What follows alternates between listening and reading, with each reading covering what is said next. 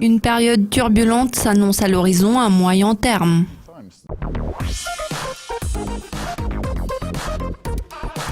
Paul Anderson, bonjour, ravi de vous accueillir à nouveau dans le studio de Dukascopy TV à Genève. C'est toujours un plaisir de discuter avec vous.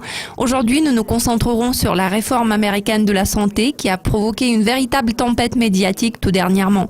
La réforme, connue sous le nom de Trump Care et de Ryan Care, a connu un échec cuisant au Congrès. C'est une lourde défaite politique pour les républicains, ainsi qu'une défaite personnelle pour le speaker de la Chambre des représentants des États-Unis, Paul Ryan. Que pouvez-vous dire sur les perspectives ? Le projet de loi a été retiré. Comme vous avez dit, c'est une lourde défaite pour l'administration Trump et pour Paul Ryan. Je pense que ce dernier court le risque de perdre son siège car une défaite de cette ampleur ne se fera pas oublier du jour au lendemain. En ce qui concerne les perspectives du secteur médical, il est clair que l'Obamacare restera en vigueur pendant une longue période.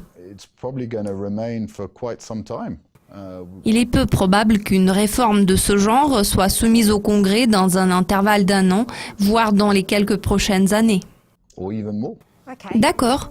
L'une des principales promesses de campagne de Donald Trump était celle de faire abroger l'Obamacare. Avant de présenter son projet de réforme, il avait déclaré qu'il fallait réduire le coût des médicaments et qu'il fallait que le processus d'appel d'offres soit réellement concurrentiel.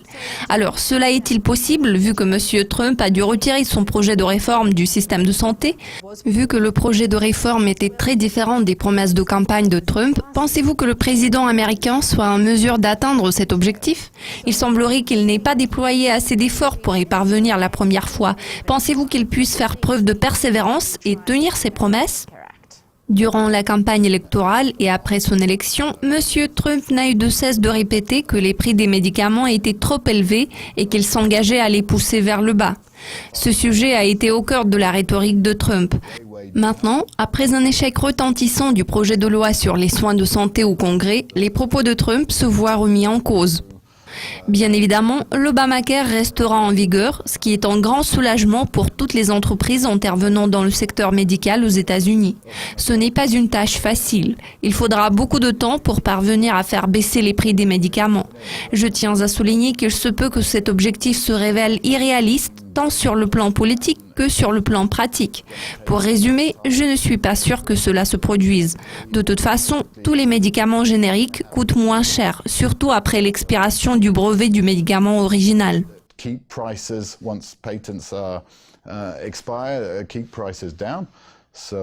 Je pense que les développements récents ont apporté un vrai soulagement à tous les acteurs du secteur médical.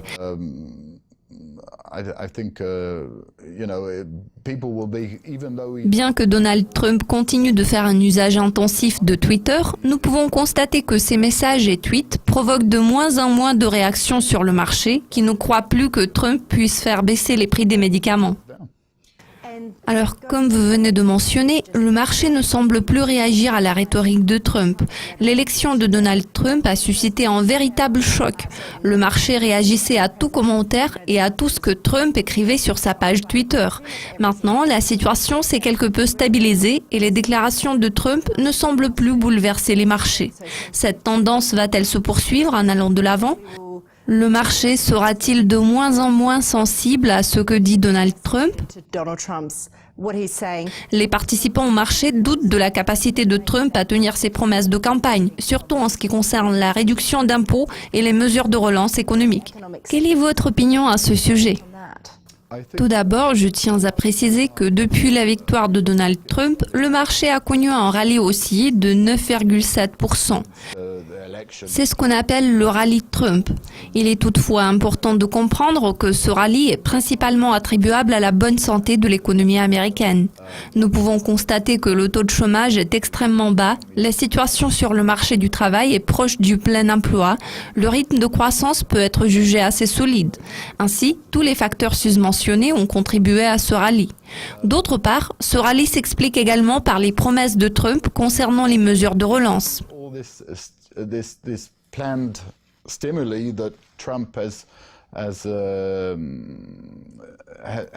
Nous ne sommes pas sans ignorer qu'il a promis d'augmenter les dépenses d'infrastructures, de faire revenir les emplois manufacturiers sur le sol américain, d'instaurer des droits de douane et de réduire les impôts sur les sociétés.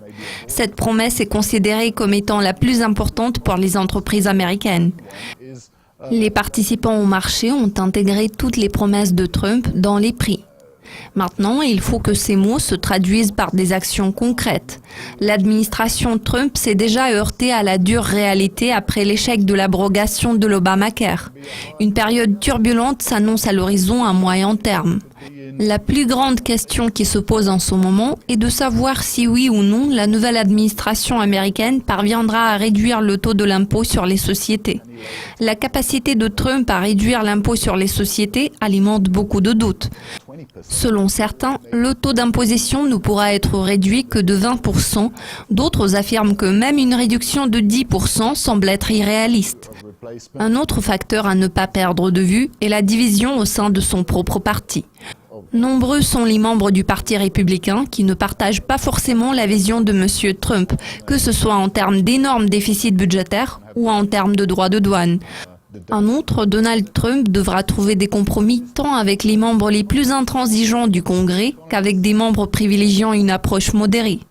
Vu que l'économie américaine est en bonne posture, il se peut que Donald Trump ait la possibilité de réaliser certaines de ses promesses de campagne. Si l'administration Trump se voit confrontée à une forte résistance, il sera très difficile pour le président américain de tenir ses promesses. Cela pourrait se traduire par d'importantes fluctuations du marché. De nombreux défis se profilent pour Donald Trump.